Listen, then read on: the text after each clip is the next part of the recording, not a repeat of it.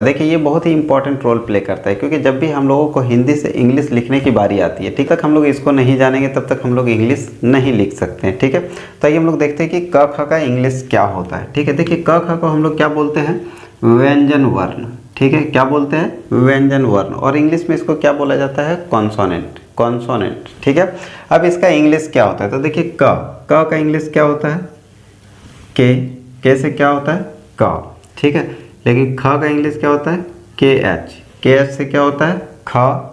ग का इंग्लिश क्या होता है, जी, ग का इंग्लिश क्या होता है, जी। ठीक है, नेक्स्ट घ का इंग्लिश क्या होता है, जी एच। अंग का इंग्लिश क्या होता है, एन भी होता है और एन जी भी होता है, अंग का इंग्लिश। ठीक है, नेक्स्ट च का इंग्लिश क्या होता है, सी एच। छ का इंग्लिश क्या होता है, सी डबल एच। ज का इंग्लिश क्या होता है, जे।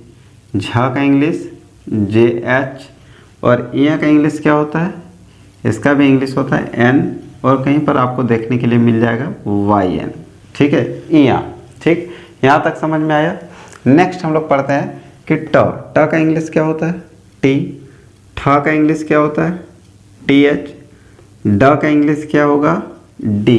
ठीक है, और ढ का इंग्लिश क्या होता है, डी एच। और ना, मूर्धन्य, इसको हम लोग क्या बोलते हैं, मूर्धन्य, तो मूर्धन्य का इंग्लिश क्या होगा, एन। ठीक, नेक्स्ट पढ़ते हैं त का इंग्लिश क्या होता है, टी। सेम यही होगा चारों, ठीक है, सेम पांचों यही होगा। त का इंग्लिश क्या होगा, टी। थ का इंग्लिश क्या होगा, टी एच, यानी ठ का इंग्लिश भी टी एच होता है और थ का भी इंग्लिश क्या होता है, टी एच होता है। ठीक है, उसी तरह ड का डी होता है और द का भी क्या होता है, डी होता है। ठीक है, ढ का डी एच होता है और ध का भी इंग्लिश क्या होता है, तो डी एच।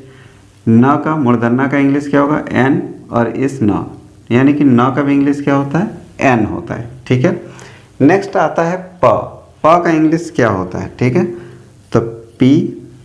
फ का इंग्लिश क्या होता है, तो पी एच और एफ।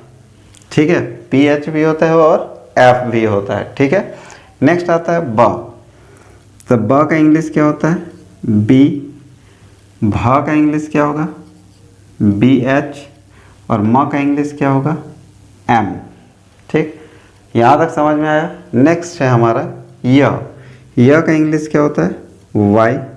र का इंग्लिश क्या होगा, आर। ल का इंग्लिश क्या होगा, एल।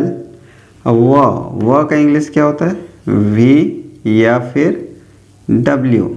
वी से भी व होता है और डब्ल्यू से भी व होता है। ठीक है, नेक्स्ट तालिब श का इंग्लिश क्या होता है, एस एच। ये क्या है, मूर्धन श, इसका भी इंग्लिश क्या होगा, एस एच। और स का इंग्लिश क्या होता है, एस।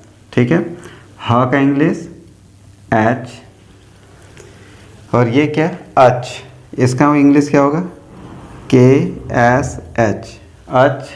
नेक्स्ट है आपका त्र का इंग्लिश क्या होगा, टी आर, या तो फिर टी आर ए भी दे सकते हैं। ठीक है, टी आर ए भी, त्र। ठीक है, नेक्स्ट है ज्ञा का इंग्लिश क्या होता है, जी वाई या जे एन।